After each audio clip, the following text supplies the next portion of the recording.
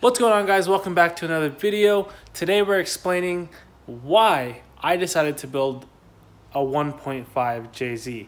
If you guys are new here, I used to have a 1J non-VVTi. It blew up.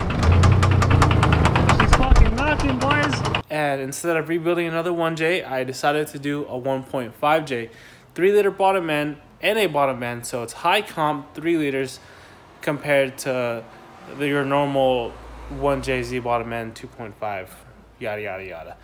But that being said, let's go ahead and dive right into the video and explain why exactly I did what I decided to do.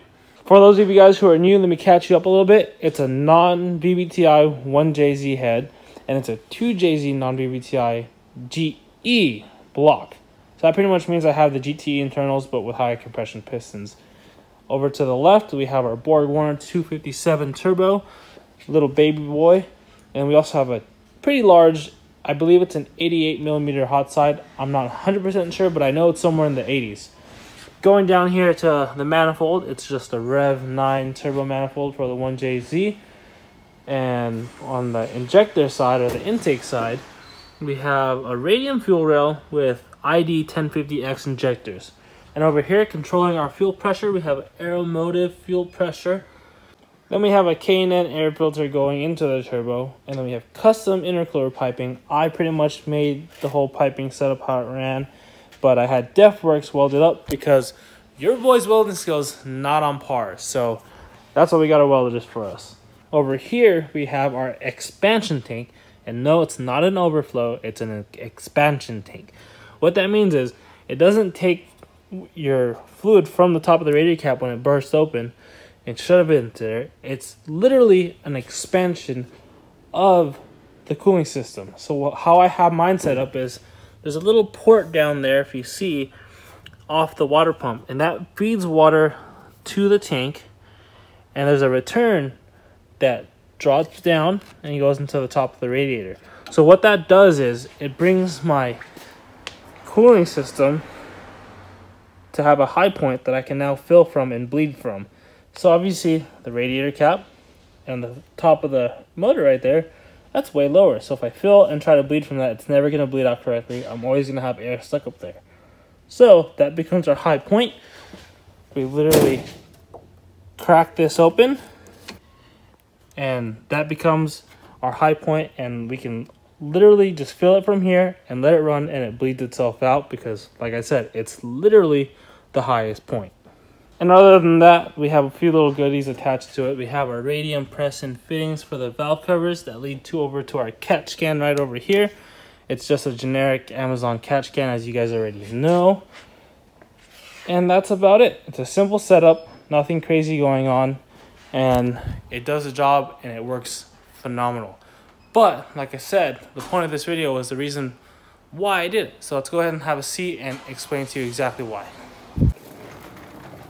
So if I'm going to be 110% honest with you guys, the reason why I did a 1.5 JZ was because I'm a huge fan of Adam Mills-E.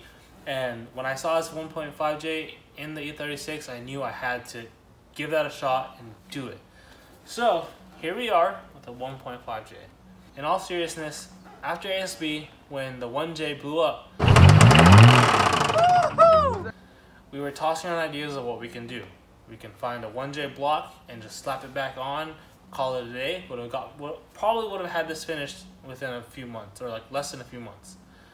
But 1J prices are ridiculous, they're through the roof, and I wasn't trying to spend $1,500, $2,000, $3,000 on a 1J just for the block and then have an extra head or whatever. So I figured, what's another way that we can do it for cheaper? Rebuild my bottom end? No, because you guys know how I build cars. I go above and beyond an extreme on building anything I got. So I knew if I was to rebuild my bottom end, I would go crazy, do pistons, rods, rings, bearings, like everything. You need to rebuild it, but on an extreme level, like things that I probably won't even need. So we're like, all right, what about 1.5J? You can get GEs for super cheap, and as long as you get the non-VVTi GE, it has the good pistons and the good rods. So you don't have to worry about bending those dinky rods that come in the VVTi 2Js. I'm like, okay, that sounds like a good plan, because I can get a cheap GE motor and then just slap it on and I have 1.5J. So that's what I decided to do, but that led to the next issue, which was, hey, if you're going to do a 1.5J, you cannot use the stock ECU because it's meant for a 2.5 liter. Now you have a 3 liter bottom end, it won't compute with each other, so you have to do standalone. And then this was a whole snowball effect. If I'm gonna do a standalone ECU, I might as well go single turbo, because like I'm already there. So that's when we went to go with the single turbo kit and big injectors. And you guys know, race cars or anything involving cars is a huge snowball effect. One thing always follows the other. So I went from just putting a simple 2J bottom end to 2J bottom end, 1000cc injectors, big single turbo, or small big single turbo, however you want to see it. And it led us to where we're at. But I have no complaints other than one thing, which I'll share with you guys later. But yeah, that's why we have a 1.5J. And I do apologize for the engine bay being a little dusty, as you can see. But I haven't been back here really since Jimmy Up, and it's got a little dusty there, and I haven't been here to clean it up. So maybe after this video, I'll go ahead and give her a little wipe down, but sorry. So my thoughts on doing a 1.5J, would I do it again? Do I like it? Whatever.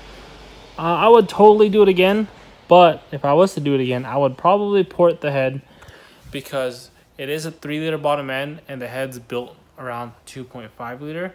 It's really choking out the block, and on top of that, it's a high compression 3 liter bottom end. So it's really getting choked out. My power band starts to fall off on top because there's nowhere for the air to go.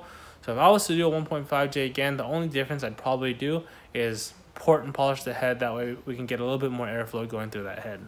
But other than that, having a 3 liter bottom end with high compression lights that baby turbo up like that.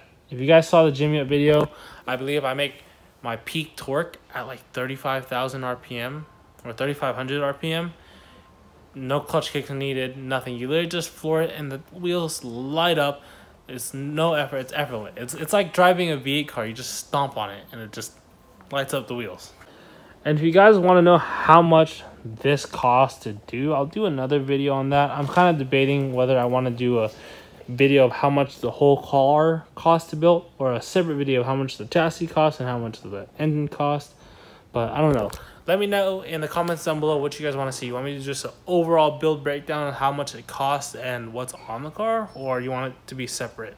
That being said, that's going to be it for this video. Just a quick little one explaining my motor setup and would I do it again, how I like it, and whatnot. So, hope you guys enjoyed. Peace out, and I'll see you in the next one.